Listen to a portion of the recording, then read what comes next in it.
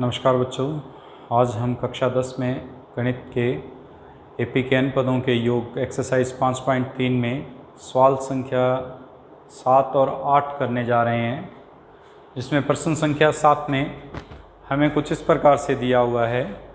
उस एपी के प्रथम 22 पदों का योग ज्ञात कीजिए, जिसमें d बराबर 7 और 22वां पद 149 है। तो इसके सॉल्यूशन में हमें d का मान 7 दे रखा है, 22वां पद 149। हमें पता है कि 22वां पद a प्लस 21d से लिखा जाता है, यानी 149 बराबर दिया हुआ है a प्लस 21 गुना 7 के। a का मान निकालना है, ये बन जाएगा 149 माइनस इन दोनों का गुना 147, a का मान आ जाएगा 2।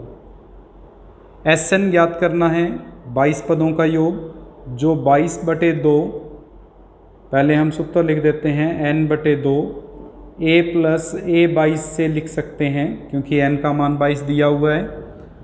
तो 22/2, a का मान 2, an का मान 149। हल करेंगे तो ये आ जाएगा Sn बराबर 11 गुना 22 में 2 का भाग देंगे 11, 151। 11 को 151 से गुणा करेंगे, 55 और 1 56, 5 11 और 5 16, यानी 22 पदों का योग 1661 होगा। इसी प्रकार सवाल संख्या 8, जिसमें हमें दिया हुआ है उस एपी के प्रथम 51 पदों का योग ज्ञात कीजिए। प्रथम 51 पदों का अर्थात हमें n बराबर 51 दे रखा है, जिसके दूसरे और तीसरे पद क्रम से, दूसरा पद यानी a2 बराबर 14, तीसरा पद यानी a3 बराबर 18। सबसे पहले a2 का मतलब a प्लस डी बराबर 14, दूसरा पद a प्लस डी से लिखा जाता है।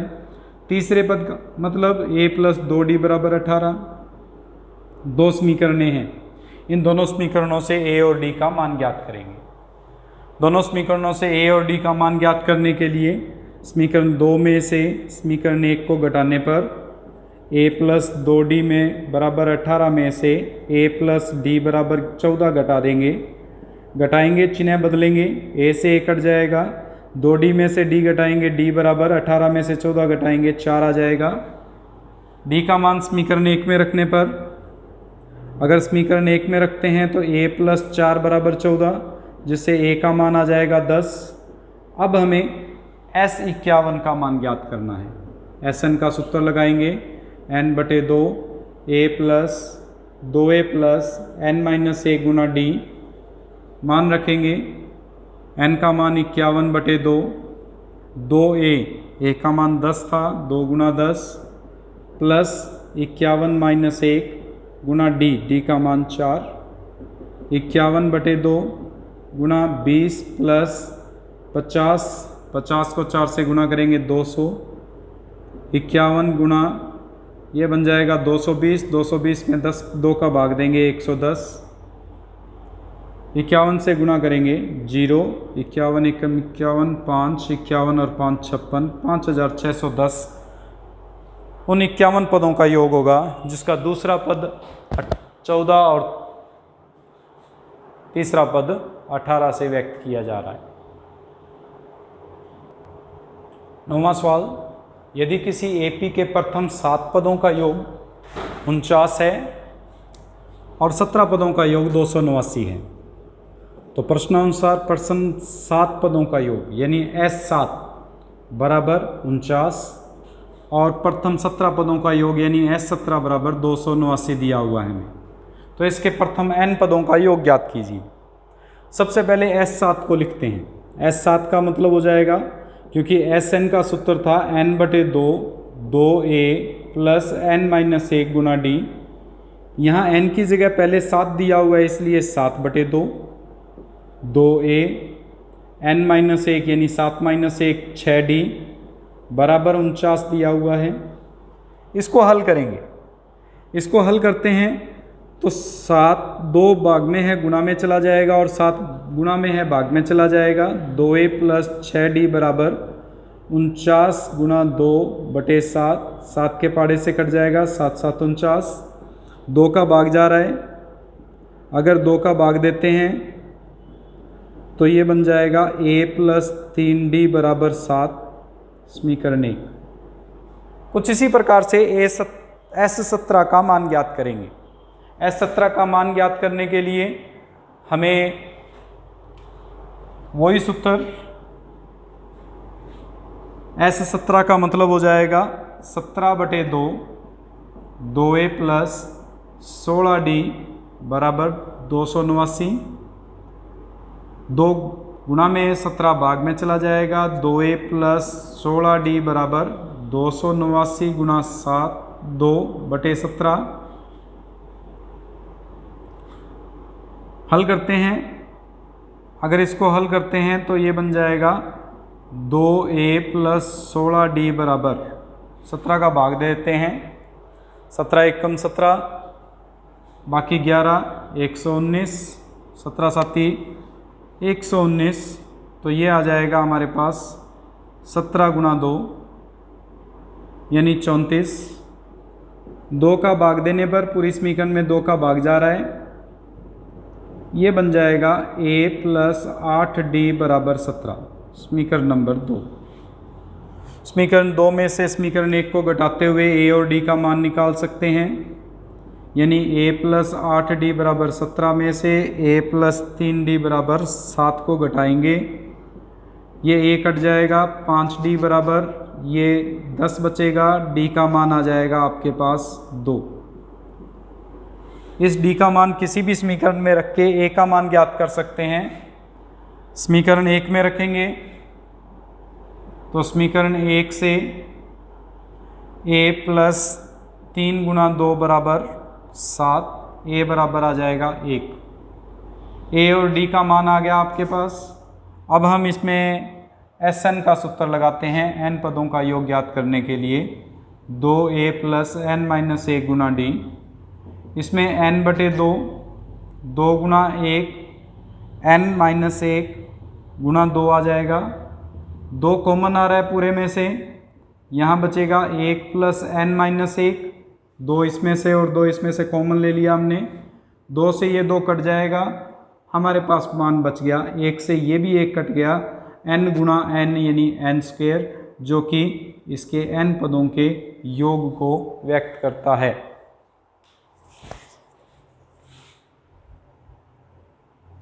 सवाल नंबर 10 लेके चलते हैं, जिसमें हमें दिया गया है कि दर्शाइए कि a1 a2 a dash dash dash an से एक AP बनती है यदि an निम्नानुसार है, an बराबर 3 प्लस 4n और दूसरे में an बराबर 9 माइनस 5n।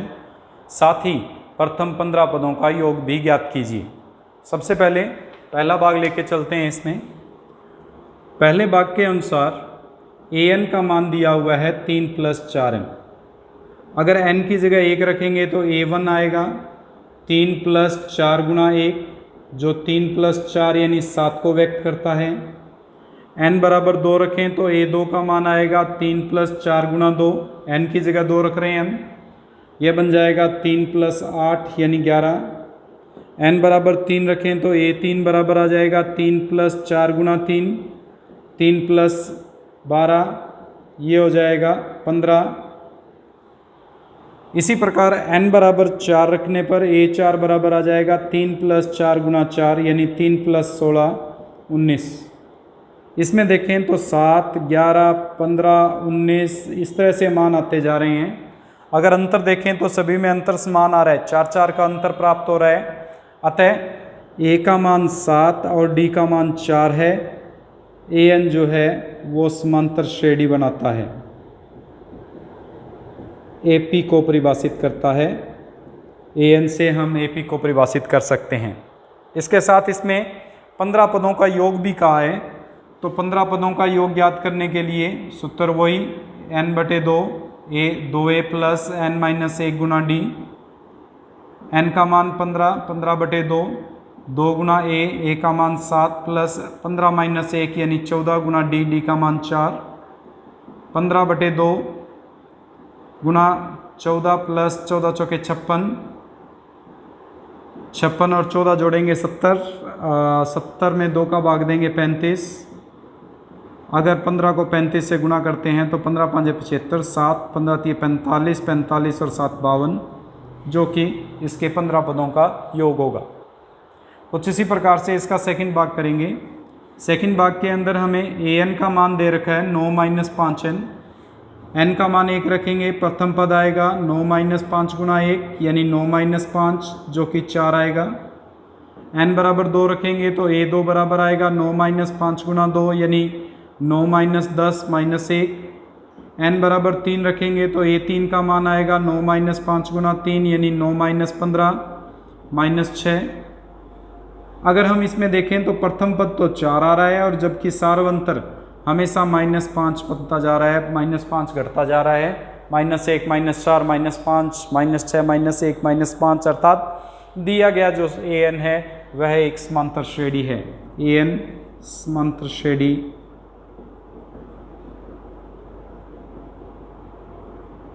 अब इसमें S15 ज्ञात करना है। सूत्र वही लगेगा n/2 2a प्लस n - 1 गुणा d। मान रखेंगे तो n का मान 15/2 2a यानी 2 गुणा 4 8, n - 1 यानी 15 - 1 14 गुणा -5। हल करेंगे 15/2 8 - 14 5 70, 8 में से 70 घटाएंगे माइनस के 62 आ जाएंगे, जिसमें 2 का भाग देंगे तो ये 31 पर जाएगा। 31 दूना 62, 15 1 कम 15, 1 15 3 45 और 1 46 465। माइनस का 465 जो है वो इसका उत्तर रहेगा। इस प्रकार से हम क्वेश्चन नंबर 10 को हल करेंगे। यदि किसी AP के प्रथम n पदों का योग 4n - n² है तो इसका प्रथम पद क्या है, प्रथम 2 पदों का योग क्या है, दूसरा पद क्या है, इसका तीसरे 10वें और nवें पद ज्ञात कीजिए। इनको ज्ञात करने के लिए हमें जो दिया हुआ है Sn बराबर 4n - n², n बराबर 1 लिखेंगे तो S1 जो 4 गुणा 1 - 1 का स्क्वायर यानी 4 - 1 3 को व्यक्त करता है। S1 का मतलब एक पद का योग, एक पद का योग यानी प्रथम पद ही होता है। अगर प्रथम पद होता है तो a ही S1 को व्यक्त करेगा, अर्थात प्रथम पद जो है वो 3 होगा, जो इसका पहला भाग था। प्रथम 2 पदों का योग n बराबर 2 रख देते हैं, S2 आ जाएगा 4 गुणा 2 - 2 का स्क्वायर 8 - 4 यानी 4। यहाँ S2 का मतलब है प्रथम 2 पदों का योग। अगर प्रथम 2 पदों का योग है तो इसका योग हमारे पास जो आया वो 4 है, अर्थात प्रथम 2 पदों का योग 4 होगा। इसका दूसरा पद प्रथम 2 पदों का योग यानी प्रथम पद और दूसरे पद का योग है, जो हमारे पास 4 था। प्रथम पद हमने 3 से लिखा है, दूसरा पद हमें ज्ञात करना है, तो दूसरा पद 4 - 3 यानी 1 हो जाएगा। पहला पद 3, दूसरा पद 1। a1 का मान हमने जो निकाला वो 3 है, a2 का मान निकाला जो 1 है, तो सार्वंतर a2 - a1 यानी 3 - 1 - 3 जो कि -2 होगा। तीसरा पद पूछा है, तीसरा पद होता है a + 2d। a का मान हमारे पास है 3 + 2 गुणा -2, 3 - 4 -1 होगा। 10वां पद पूछा है a + 9d। a का मान है 3, 9 गुणा -2, 3 - 18 -15 होगा। an का मान पूछा है a + n - 1d। a का मान 3 + n - 1 गुणा d का मान -2। हल करेंगे 3 - 2n + 2 हो जाएगा, जो 5 - 2n बनेगा, अर्थात इसका nवां पद 5 - 2n होगा। इस प्रकार से हम इस 11वें सवाल को हल करेंगे। इस प्रकार हमारे 7 से लेकर 11 तक इन सवालों को हल करेंगे। आगे कोशिश करके देखना और सवाल हल करने की, अन्यथा अगली वीडियो में मैं सवाल नंबर 12 से आगे के सवाल हल करवा दूंगा। धन्यवाद।